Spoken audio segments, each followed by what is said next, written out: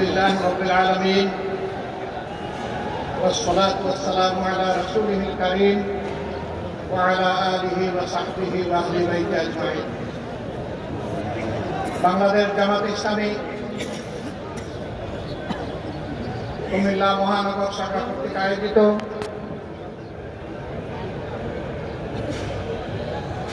আজকের এই বিশাল কর্মী সম্মেলনের সম্মানিত সভাপতি মহানগরী আমির কেন্দ্রীয় কর্ম পরিষদ সদস্য জনাব কাজী বীর মোহাম্মদ, মঞ্চে বসা কুমিল্লা মাটি ও মানুষের নেতা বাংলাদেশ জামাত ইসলামী কেন্দ্রীয় নায়েবে আমির, বিশিষ্ট রাজনীতিবিদ জনাব ডক্টর সৈয়দ আব্দুল্লাহ মোহাম্মদ তাহের, মঞ্চে বসা আমার কেন্দ্রীয় সহকর্মীবৃন্দ, আঞ্চলিক এবং স্থানীয় নেতৃবৃন্দ, আজকের এই সম্মেলনের প্রধান উপাদান এবং আকর্ষণ সহকর্মী ভাই ও বোনেরা, শহীদ পরিবারের সম্মানিত সদস্যবৃন্দ, সাংবাদিক বন্ধুরা, আল্লাহ তাবারক ওয়া তাআলার অগণিত শুকরিয়া আদায় করছি যে আল্লাহ রাব্বুল আলামিন মুক্ত পরিবেশে আজকের এই সম্মেলন আমাদেরকে অনুষ্ঠান করার তৌফিক দান করেছেন। আলহামদুলিল্লাহ, শুকরিয়া আদায় করছি মজলুম সংগঠনের পক্ষ থেকে। আল্লাহ আমাকে তৌফিক দিয়েছেন, আমার সহকর্মীদেরকে তৌফিক দিয়েছেন এখানে দাঁড়িয়ে দুটি কথা বলার জন্য। আবার আলহামদুলিল্লাহ। আমরা গভীর ভালোবাসা, কৃতজ্ঞতা এবং সম্মান জ্ঞাপন করছি 2006 সালের 28 অক্টোবর থেকে শুরু করে 2024 সালের 5 আগস্ট পর্যন্ত ধারাবাহিকভাবে ফ্যাসিস্টদের হাতে জীবন দিয়ে যারা দুনিয়া থেকে বিদায় নিয়েছেন তাদের প্রতি, তাদের সাথে রাস্তায় নেমে সমানতালে লড়াই করে যারা পঙ্গুত্ব বরণ করেছেন তাদের প্রতি আমি গভীর সম্মান প্রদর্শন করছি। যারা জীবন দিয়ে দুনিয়া থেকে বিদায় নিয়েছেন আল্লাহ তাআলা তাদের শাহাদাতকে কবুল করুন। যারা পঙ্গু হয়েছেন রব্বুল আলামিন তাদেরকে সুস্থতার নিয়ামত দান করুন। সম্মানিত ভাই ও বোনেরা, আমরা যেমন দেশের ভিতরে থেকে স্বৈর শক্তির বিরুদ্ধে লড়াই করেছি একের পর এক ধারাবাহিকভাবে, ঠিক বিদেশে অবস্থান করে সারা বাংলাদেশের প্রবাসীরাও আমাদের সাথে সমানতালে লড়াই করেছেন। আজকে দেশের ভিতরে যারা লড়াই করেছেন তাদের জন্য প্রিয় সংগঠনের পক্ষ থেকে আমি এই লাল গোলাপটুকু উপহার দিচ্ছি। প্রবাসে থেকে যারা লড়াই করেছেন তাদের জন্য আরেকটি লাল গোলাপ উপহার দিচ্ছি। এই দুই গোলাপের সমন্বয়ে বাংলাদেশে আজ স্বাধীনতার স্বাদ পাচ্ছে। সুতরাং স্বাধীনতার সকল যোদ্ধাদেরকে আমার পক্ষ থেকে সেলিউট। দেশের ভিতরে যুদ্ধ করে আমরা অনেকে মৃত্যুবরণ করেছেন, অনেকে হাজার মামলা নিয়ে, শত মামলা গলায় নিয়ে দফায় দফায় ফেলে দিয়েছেন। আদালতের আঙ্গিনা বিরোধী দলের কর্মীদের দখলে ছিল। মহিউদ্দিনের 2 বছর, পরবর্তী স্বৈর শাসনের আরো 15.5 বছর, এই 17.5 বছর জাতির জন্য শ্বাসরুদ্ধকর একটা পরিবেশ ছিল। মানুষ শান্তিতে বসবাস করতে পারেনি। দেশপ্রেমিক জনগণকে, দেশপ্রেমিক বিভিন্ন বাহিনীকে এই সময় ধ্বংস করা হয়েছে। আমরা লক্ষ্য করেছি আওয়ামী লীগ ক্ষমতায় বসে 2009 সালের 10 জানুয়ারি ক্ষমতায় হাতে নিল। তারপরে আমরা দেখি 1 মাসের মাথায় তৎকালীন বিডিআরের সদর দপ্তর ঢাকার পিলখানায় 57 জন চৌকস দেশপ্রেমিক সেনা অফিসারকে তারা হত্যা করল, তাদের পরিবারের সদস্যদেরকে হত্যা করলো।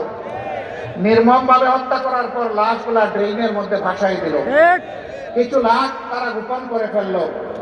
রাতের আধারে হত্যাকাণ্ড সংগঠিত করে আলো নিভিয়ে খুনিদেরকে পিলখানা থেকে বের হয়ে যাওয়ার নিরাপদ রাস্তা তৈরি করে দিল। 2টা তদন্ত কমিশন হলো, একটা করলো সেনাবাহিনী, আরেকটা করলো সরকার। সেই তদন্ত কমিশনের কিছুই জনগণকে জানতে দেওয়া হলো না। কারণ সরসায় যদি বুথ থাকে, বুথ ছাড়াবে কে? সেদিনকার প্রধানমন্ত্রী বিডিআরের কতিপয় সদস্যকে এনে আদর করে তাদের সাথে বসলেন। তাদের সকল দাবি দাওয়া মেনে নিলেন। সেনাবাহিনীকে তাদের সহকর্মীদেরকে সাহায্য করার রাস্তা বন্ধ করে রাখলেন, বললেন আমি দেখছি। দেখতে দেখতে সব শেষ হয়ে গেল। সেনাবাহিনীর রিপোর্টটি জাতির জানা দরকার ছিল, কারণ তাদের সহকর্মীদেরকে কারা হত্যা করেছে সবার চাইতে তাদের বেশি জানার কথা, কিন্তু তা জানতে দেওয়া হয়নি। আমরা সরকারের কাছে দাবি জানাই, পুরা ঘটনার আদ্যপান্ত সুষ্ঠু নিরপেক্ষ তদন্ত অবশ্যই করতে হবে। কারণ এই দুর্ঘটনার মধ্য দিয়ে আমাদের দেশপ্রেমিক সেনাবাহিনীর মনোবলকে ধ্বংস করা হয়েছে, মিডিয়াকে খতম করা হয়েছে। আগে মিডিয়া ছিল সীমান্তের অতন্ত্র প্রহরী, তাদের লগতে ছিল বাংলাদেশের রাইফেল, এখন তাদেরকে বানানো হয়েছে সীমান্তের চৌকিদার, তাদেরকে অপমানিত করা হয়েছে।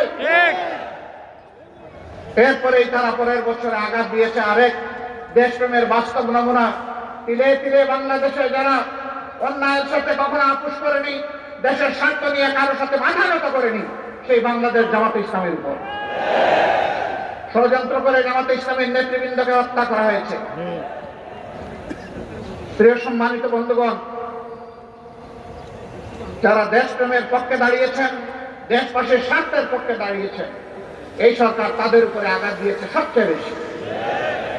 আঘাত দিয়েছে আলেম ওলামার উপর, এমনকি আঘাত দিয়েছে বিবেকী সাংবাদিকদের উপর। কাউকেই ছাড়ে নাই, হত্যার মিশন নিয়ে তারা নেমেছিল, আর তাদের ক্ষমতার শেষ দিন পর্যন্ত জনগণকে তারা হত্যা করেছে। এই 24-এর গণহত্যার এরা নায়ক নায়িকা।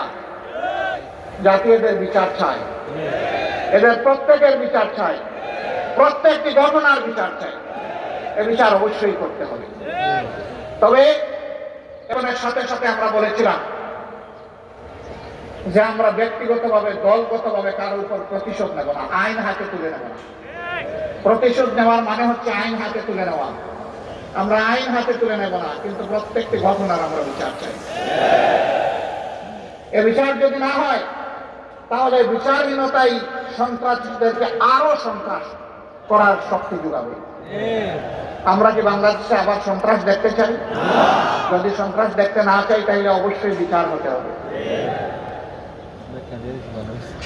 দেশে আহত নিহত অক্ষত যারাই লড়াই করেছেন, সবাইকে যেমন আমরা সালাম জানাই, ঠিক বিদেশের মাটিতে সেখানে আন্দোলন সংগ্রাম করা আরো ছিলেন। আমাদের লোকেরা প্রবাসে সেখানে আন্দোলন করতে গিয়ে জেলে গিয়েছে, তাদের বিরুদ্ধে মামলা দিয়ে তাদেরকে শাস্তি দেওয়া হয়েছে। এখনো বিদেশের বিভিন্ন জেলে বাংলাদেশের সেই আন্দোলনকারী জনতা রয়ে গেছে।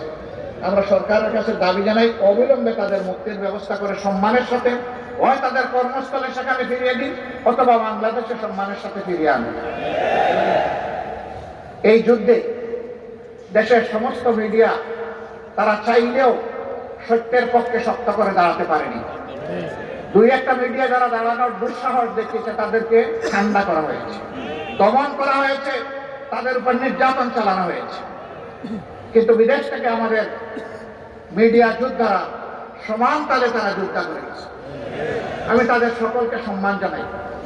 আপনাদের কুমিল্লার একজন সন্তান, তিনি সেই যুদ্ধ করা শুরু করেছিলেন 15.5 বছর আগে, এখনো তিনি যুদ্ধ অব্যাহত রেখেছেন।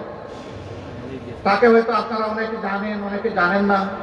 এই কুমিল্লার দক্ষিণ সদরেই তার বাড়ি। সাইফুর রহমান সাগর, যিনি ফেজ দ্য পিপুলের পরিচালক। এখনো দেখবেন ভারতীয় আগ্রাসনের বিরুদ্ধে তার মিডিয়ায় সবচেয়ে বেশি সোচ্চার, এবং তিনি উলঙ্গ করে দিচ্ছেন আসলে কারা সাম্প্রদায়িক। তিনি প্রমাণ করে দিচ্ছেন বাংলাদেশ সাম্প্রদায়িকতার দেশ নয়, বাংলাদেশ ভালোবাসার দেশ, বাংলাদেশ বিভিন্ন গোলাপের সমন্বয়ের দেশ। এই দেশে সকল ধর্মের বর্ণের সমস্ত মানুষ আমরা মিলেমিশে আছি, কারণ বাংলাদেশ আমাদের সবার। আমরা এবার বলেছি, সোচ্চারভাবে বলেছি, আমরা বাংলাদেশে কোনো মেজরিটি মাইনরিটি মানি না। বাংলাদেশে যারাই জন্মগ্রহণ করেছে তারা সকলেই বাংলাদেশের গর্বিত নাগরিক। এই মাইনরিটি শব্দ বলে বলে অন্যান্য ধর্মের ভাই বোনদেরকে ব্যবহার করে একটি গোষ্ঠী মূলত দেশের বাইরে থেকেই তাদের স্বার্থ হাসিল করতে চায়। এখন আমাদের এই ভাই বোনেরা ওইটা বুঝতে পেরেছেন, তারাও সোচ্চার হয়েছেন। আর তারা দেখেছেন ভারতীয় হলুদ মিডিয়া যখন বাংলাদেশের বিরুদ্ধে নিকৃষ্ট যুদ্ধ শুরু করেছে, মিথ্যা তথ্য ছড়াচ্ছে, তখন জগন্নাথ হল থেকে আমাদের হিন্দু ছেলেমেয়েরা বের হয়ে তার প্রতিবাদ করেছে। কারণ তারা প্রমাণ করেছে এই দেশ আমাদের স্বভাব। তোমরা যা বলো তা অসত্য, তা মিথ্যা। তোমরা আমাদেরকে ব্যবহার করে তোমাদের মতলব হাসিল করতে চাও, সেই সুযোগ আমরা তোমাদেরকে দেব না। কেন ভারত এটা করে আমাদের সাথে? আমরা তাদের কি ক্ষতিটা করেছি? ভারতের কোন আভ্যন্তরীণ ব্যাপারে আমরা হস্তক্ষেপ করেছি? ভারত বলে আমাদের দেশের সাম্প্রদায়িক সহিষ্ণুতার অভাব, সম্প্রীতির অভাব,